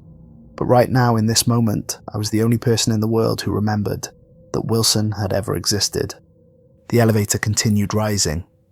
14 minutes felt like an eternity. On the monitors mounted in the corner of the elevator, we watched the facility unmake itself. The screens showed feeds from cameras throughout the substrate. Section 7 was gone already, just empty cavern where rows of chambers used to be.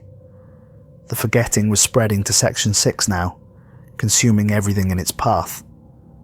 Guards ran through corridors that were vanishing behind them. Some made it to their section elevators, others didn't. I watched them disappear, one by one, not dying, being forgotten. And the cameras kept recording even as the mounting systems ceased to exist, kept transmitting even as the wiring was unmade, showing us in real time how reality was being erased. At the 4-minute mark, the first thermite charges detonated. The explosion was massive, designed to melt steel support beams and collapse the tunnel system. I felt the elevator shake from the force of it. But it didn't matter. The forgetting was faster than fire. It consumed the flames, consumed the explosion itself, consumed the very fact that there had been anything to explode. The fire didn't go out. It had never been lit. The charges didn't fail. They had never been installed. On one monitor, I saw Dr. Harrow. She sat in her office, calm as always, watching readouts on her computer screen. The screen showed the forgetting spreading through the facility. She must have known she had no time to reach the elevator, that she was going to die, that she was going to be erased. But she looked calm, accepting, like she'd always known it would end this way.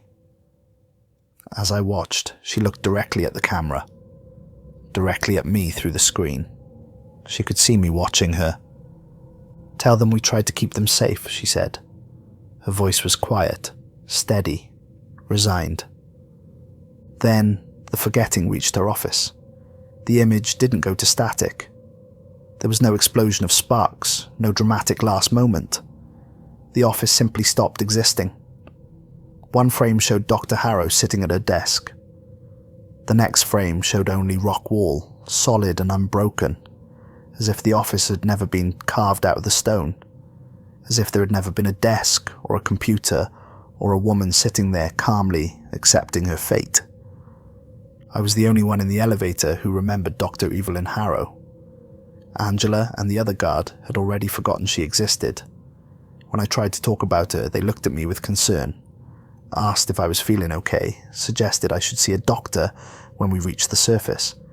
To them, Dr. Harrow had never existed. Someone else had interviewed them. Someone else ran the facility. Their memories had already been rewritten to accommodate her absence. We emerged at the surface at the 5-minute 30-second mark. 30 seconds to spare. 30 seconds between survival and being buried alive under 3 miles of collapsed tunnel. The bunker doors opened to cold January air and a night sky full of stars. We stumbled out, gasping, our legs weak, our hands shaking. Just as we cleared the entrance, the final charges detonated 3 miles below. I felt it through my feet, a deep rumble, a shudder in the earth. But the ground didn't shake. There was no visible sign of what had just happened. The mountain simply settled, as if something beneath it had been removed, as if a void had been filled. Government vehicles were already there, black SUVs with tinted windows, men in suits who'd been waiting. They'd known this was going to happen. Maybe not today specifically, but eventually. They'd always known the forgetting would breach eventually. They'd been ready. They had our cover story prepared before we'd even caught our breath, before we'd even processed what had just happened. A man with silver hair and cold eyes handed us bottles of water and spoke in a calm, rehearsed voice. Seismic activity caused by historical underground nuclear testing. Old mining tunnels collapsed. Tragic accident. 63 personnel lost. No survivors besides you three. He paused, looked at each of us in turn. You understand? 63 people died. You three survived. That's the story. That's the only story. You will never speak about what you saw down there. You will never mention the substrate. You will never discuss the entities. As far as the world is concerned, you worked security for a Department of Energy research facility. There was a collapse. People died. That's all anyone needs to know. 3 survivors, not 4. Wilson had already been erased from their count, from their records, from their story. He'd never existed according to them. I wanted to scream to tell them they were wrong, that there had been 4 of us, that a man named Wilson had died, running for the elevator. But I didn't, because I could already feel my memories fading. The details were getting fuzzy. Wilson's face was harder to picture. His voice was becoming uncertain. Soon, I'd forget him too. Soon, he'd be nothing but a vague sense that I was missing something important. They drove us to separate facilities for debriefing. 3 different locations. I spent 2 days in a windowless room, answering questions asked by a rotation of different men in suits. They asked the same questions in different ways, looking for inconsistencies, testing my story. What time did the breach occur? What did I see? How did I reach the elevator? How many people were in the elevator? What were their names? Did anyone else survive that I knew of? Did I see Dr. Harrow? Had I ever heard of a facility called the Substrate? I answered honestly, told them everything, about the forgetting, about Chamber P07, about watching reality unmake itself, about Wilson disappearing, about Dr. Harrow's last words. They wrote it all down without expression, without commenting, without confirming or denying anything. When I asked what would happen next, they told me I'd be compensated for my service, given a severance package, provided with psychological counselling if needed. Then, They drove me back to my apartment in Reno and told me never to contact them again. On the third day, they released me. I drove back to my apartment in a daze, barely aware of the highway passing beneath me, barely processing the traffic around me. When I opened my apartment door, I knew immediately that something was wrong. The photographs on my walls were different, not the same photos I'd had before. In one frame, I stood next to a woman who looked familiar, her arm around my shoulders, both of us smiling at the camera. She was older than me, maybe in her 60s, with grey hair and laugh lines around her eyes. The caption written on the back of the photo said, "Mum's 60th birthday party." My mother had died when I was 12. I remembered her funeral. Remembered standing in the rain, watching them lower her casket into the ground. Remembered my father crying, the only time I'd ever seen him cry. Remembered feeling like the world had ended because Mum was gone and nothing would ever be right again. Those memories were clear, vivid, undeniable. Except there were other memories now. Conflicting memories. I also remembered Mum's 60th birthday party last year. Remembered buying her a cake at a bakery in Portland. Remembered her laughter when she opened my present. Remembered hugging her goodbye when I left to drive back to Reno. Both sets of memories felt equally real. Both couldn't be true. I checked my phone with shaking hands. Text messages from Mum asking when I'd visit next. Asking if I was eating well. Telling me she loved me. Photos of us together from last Christmas. Me and her and a man I didn't recognize, but who must have been my father, except my father had died in a construction accident when I was 16. I remembered his funeral too, but here he was in photos, alive, smiling, his arm around Mum. And I had memories of calling him 2 weeks ago, asking for advice about work. Memories that felt real but contradicted other memories that also felt real. I called the number listed as Mom in my contacts. It rang twice. A woman answered, "Daniel, honey, I was just thinking about you. Are you coming up this weekend?" It was her voice, my mother's voice. The voice I hadn't heard since I was 12 years old, except in dreams. The slight hoarseness she had in the mornings. The way she laughed, more breath than sound. The warmth in her tone when she said my name. "Mom?" "Of course it's me." She sounded concerned now. "Are you feeling okay? You sound strange. Did something happen at work?" I hung up, stood in my apartment surrounded by a history that wasn't mine, looking at photos of people who were dead but apparently weren't dead, holding a phone full of messages from ghosts. The forgetting had consumed parts of the substrate.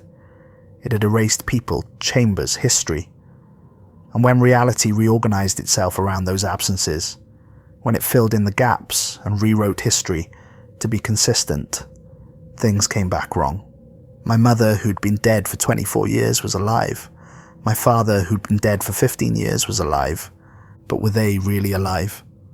Or were they just reality's way of filling in the gaps? If the forgetting had erased parts of my history, erased events or people connected to me, reality would have reorganized to explain why I existed, how I got here, who my parents were. Maybe my real mother was still dead.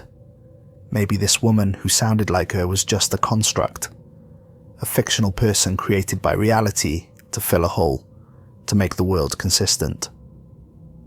Or maybe my mother had always been alive and my memories of her death were the fictional ones, planted by the forgetting when it erased something else, some other part of my history I couldn't even remember losing. I looked at my phone again, scrolled through the contacts, found Emma's name. Emma was dead. Had been dead for 8 years. I'd mourned her. I'd scattered her ashes at her favourite beach. I'd visited her grave every year on the anniversary of her death. I had clear, undeniable memories of losing her. But here was her name in my contacts, and when I scrolled through our message history, there were texts from 2 days ago. "Miss you, bro. When are you coming to visit? Oregon is boring without you. Come keep me company. Casual texts, the kind of texts a living sister sends. A sister who expects responses. A sister who exists. I didn't call her. Didn't text back. Because I didn't know if she was real. Didn't know if the Emma who sent those texts was my sister, or some construct created by reality to fill a gap. Didn't know if I should feel grateful that she was alive, or horrified that reality had been rewritten so fundamentally that it brought back my dead. I spent the next 3 weeks in a fog, trying to determine what was real. I searched online for any mention of the substrate. Nothing. Not a single result. I searched for the Nevada test site containment facilities. Nothing but public information about nuclear testing and tours for civilians. I searched for Dr. Evelyn Harrow. No results. Not one. No scientific papers. No government records. No obituaries. No social media profiles. She had been completely erased from existence. I searched for Thomas Gillespie. Same thing. No results. He'd never existed according to the internet, according to public records, according to everything I could find. I searched for Wilson. I tried to remember his last name and couldn't. I could barely remember his face now. The details were fading day by day. Soon, I wouldn't remember him at all. Soon he'd be nothing but a vague feeling that I was forgetting something important. The private journal I kept about Thomas was gone from my apartment. I'd hidden it in my desk drawer, carefully recording everything I could remember about him so the world couldn't erase him completely. But the drawer was empty now. The journal had never existed. Because Thomas had never existed. Because the forgetting had touched him, and reality had reorganized around his absence, and now even the physical evidence I'd created was gone. I was the only one who remembered, and even my memories were fading, becoming uncertain, bleeding into the new reality that had replaced the old one. Soon I'd forget everything. Soon I'd believe my mother had always been alive. Soon I'd text Emma back without questioning whether she was real. Soon I'd accept this new history as the only history. But for now, right now, I could still remember the truth, and it was driving me insane. Then, 3 weeks after the collapse, a letter arrived in my mailbox. No postage, no return address, just my name written on the envelope in careful handwriting.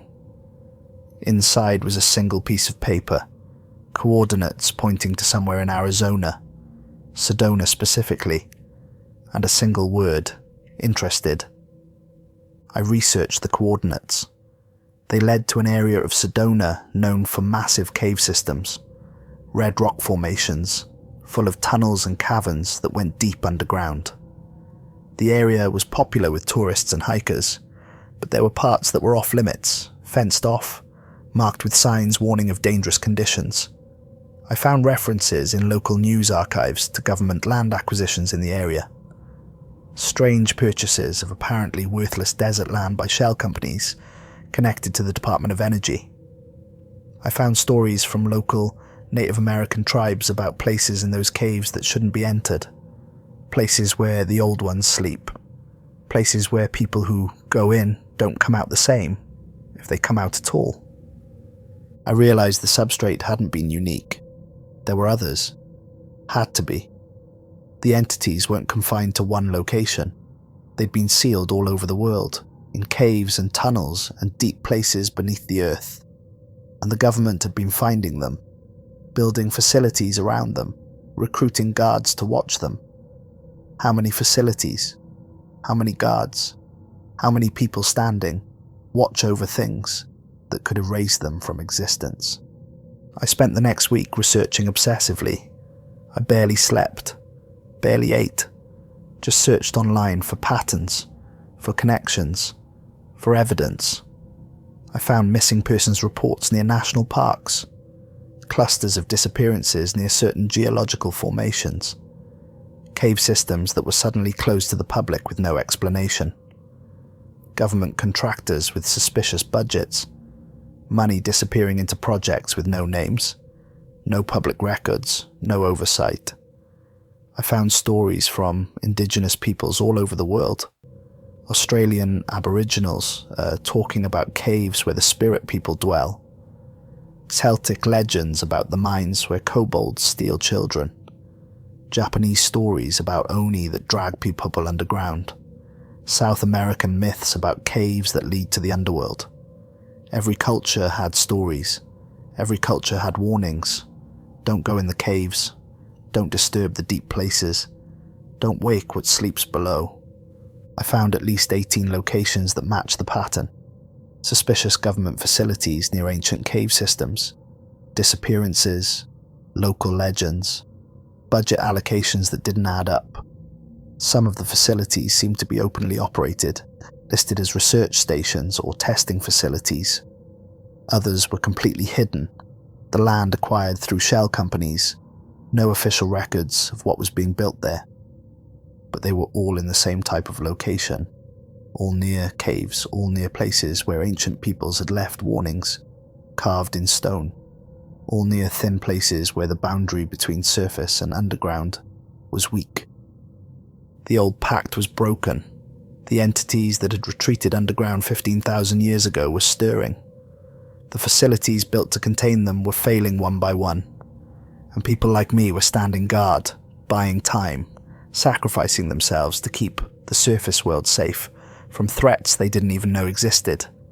I burned the letter from Arizona, held it over my kitchen sink and lit it with a match, watched it curl and blacken and turn to ash. I told myself I was done. I'd find a normal job, live a normal life, forget everything I'd seen, move on. I couldn't keep doing this, couldn't keep standing guard over things that could erase me, couldn't keep watching people disappear and be forgotten, couldn't keep questioning whether my own memories were real or had been rewritten by reality, reorganizing itself around voids I couldn't even remember. But then, 3 nights ago, I heard something that changed everything. I was lying in bed, almost asleep, when the sound started. Scratching. Faint at first, barely audible over the hum of my refrigerator and the distant sound of traffic. Then louder, more insistent, rhythmic, patient. The same rhythm I'd heard from chamber P07 for 4 months. The same sound that had haunted my dreams. The sound was coming from below me, from under my apartment. But my apartment is on the 2nd floor of a building. There's nothing beneath me except another apartment and the foundation. No basement, no crawl space, no way for anything to be scratching under my floor. But the scratching continued. Patient, methodical, testing. I got out of bed, my heart hammering. The sound was louder when I stood up, definitely coming from below. I checked my apartment, every room, looking for the source. Everything seemed normal. But when I walked into my hallway, past my bedroom, I saw something that made my blood run cold. A door I'd never noticed before. It was at the end of the hall, in a space that should have been just wall. An old wooden door with a brass handle that looked like it had been there forever, worn smooth by countless hands, and from behind the door, the scratching got louder. Constant now. No longer testing. Insistent. I approached slowly, 1 step at a time, my whole body screaming at me to run. I put my hand on the doorknob. It was cold, so cold it burned my skin, so cold it felt like touching dry ice. I turned the knob and opened the door. Behind it were stairs, leading down into absolute darkness. A darkness so complete that my eyes couldn't adjust to it, couldn't perceive anything beyond the first few steps. And from that darkness, the scratching got even louder, closer, like whatever was down there knew I'd opened the door, like it had been waiting for me to open the door. I slammed it shut, backed away, went to my bedroom and got my old uniform from the closet. The uniform from the Substrate, the tactical gear with the glyphs embroidered into every seam. The symbols were fading now, wearing away with time and use. Some of them were barely visible. But I put it on anyway, desperate for any protection, any barrier between me and whatever was scratching below my apartment. The moment I had the uniform on, the scratching stopped, immediately, like someone had flipped a switch. Absolute silence. I've been wearing the uniform every night since. It's the only thing keeping whatever's down there from coming up. But the uniform is degrading. I can see the threads coming loose, the protective symbols disappearing stitch by stitch. The glyphs are fading to nothing. In a week, maybe 2, they'll be completely gone. And when that happens, whatever's behind that door will be free to come up the stairs. Free to find me. Free to do whatever it wants to me. Yesterday I received another letter. Different coordinates this time. Mammoth Cave in Kentucky. The massive cave system that's the longest known cave system in the world. 400 miles of surveyed passages with more being discovered every year. The letter didn't list a salary, didn't list any details at all. Just 3 words written in red ink. We need you. Whatever's waking up in these places, it's happening faster now. The old inhabitants are returning. The forgotten things are remembering themselves, and the facilities built to contain them are failing one by one. The substrate collapsed. How many others have failed? How many more are on the edge of collapse? How long before the forgetting reaches the surface? How long before reality itself becomes unstable, constantly rewriting itself, constantly erasing things and reorganizing around the voids? I'm leaving for Kentucky tomorrow morning. Not because I want to, not because I think I can make a difference, but because I have no choice. Running won't save me. The forgetting knows me. It remembers me because I'm the only one who remembers it. No matter where I go, it will find me. The door in my hallway proves that. It's already found me. It's already close. And it's patient. It can wait for my protective symbols to fade. Wait for me to sleep. Wait for me to make a mistake. Unless I'm behind 3 miles of rock and reinforced glass, standing guard, doing the job that someone has to do, I'm not safe anywhere.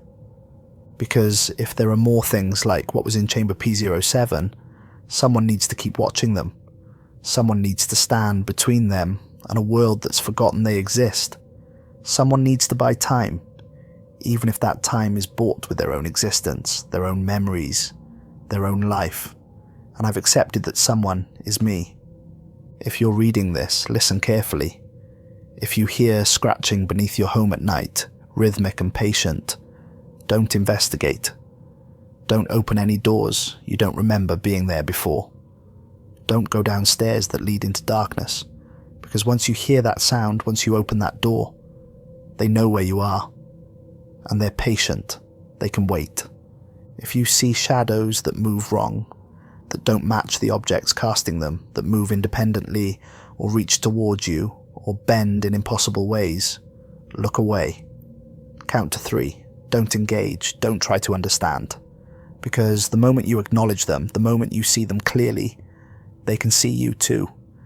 If someone you love calls your name in a voice that's almost right but slightly wrong, if they ask you to help them, if they beg you to open a door or remove a barrier or come into a dark place, don't listen. It's not them. It's never them. The entities read your memories, your grief, your love, and they use it.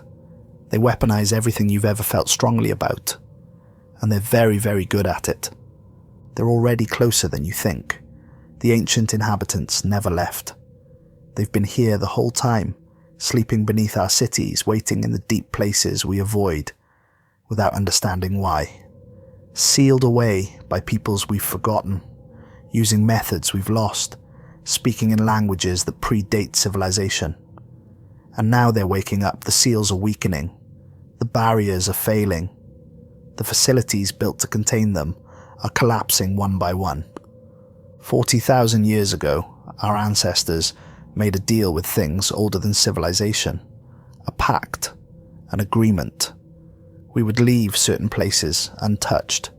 We would stay on the surface. We would multiply and spread and build our cities and our lives, but we would remember the deep places were not ours. The underground belonged to those who'd been here first. We forgot our side of the deal. We broke the pact without even knowing there was a pact. We drilled into their territory. We built on their sacred sites. We disturbed their sleep with our bombs and our machines and our endless expansion. And they remember. They've always remembered. And they're tired of waiting. My mother called again this morning. The mother who's been dead since I was 12. The mother who isn't dead in this reorganized reality. She wants me to come visit. Wants to see me before I leave for Kentucky. Wants to make sure I'm okay. Her voice sounds exactly like I remember. Exactly like Mum. But I don't know if she's real, or if she's just a gap that reality filled in. A construct created to make the world consistent after the forgetting erased parts of my history. I don't know if I should visit her. Don't know if going there would mean stepping into an absence, walking into a space where something used to be, embracing a fiction that reality created to accommodate voids I can't even perceive. But part of me wants to see her, wants to believe the miracle, wants to accept that somehow, impossibly, she's alive, and I have a second chance. Part of me wants to forget everything I know about the substrate, and the forgetting and reality being rewritten. Wants to just believe the new memories and ignore the contradictions. But I can't, because I remember the truth. I'm the only one left who remembers what really happened. The only one who knows about the substrate, about Dr. Harrow, about Thomas Gillespie, about Wilson, whose last name I can no longer recall. The only one who remembers that reality was rewritten. And if I forget, if I accept the new history as the only history, then they're truly gone, erased completely, not just from the world, but from memory itself. The scratching in my apartment stopped an hour ago. Not because whatever's down there gave up, not because it went away, but because it's waiting. The forgetting kind of silence, the kind that means something's about to happen, the kind that makes every nerve in your body scream danger, even when you can't see the threat. I'm wearing my uniform right now as I write this. The glyphs are almost invisible, worn to nearly nothing. But they'll hold for one more night. They have to hold, because I need to survive long enough to reach Kentucky, to take up the watch again, to stand guard over whatever's sleeping beneath Mammoth Cave. Someone has to do it. Someone has to stand between the surface world and the things that wait below. Someone has to buy time, even knowing that time might run out, that the barriers might fail, that reality itself might unravel. And there are so few of us left who remember why, so few who know the truth, so few willing to sacrifice everything, including our own existence, to keep the rest of humanity safe from threats they don't believe in. I leave in the morning, 6 a.m., 18-hour drive to Kentucky. I've already packed my truck, the uniform, some clothes, a journal where I've written down everything I remember about Thomas and Wilson and Dr. Harrow. Names that mean nothing to anyone else anymore, but mean everything to me. Evidence that they existed, even if I'm the only one who can still read it and understand what it means. I'll probably forget them too eventually. The details are already fuzzy.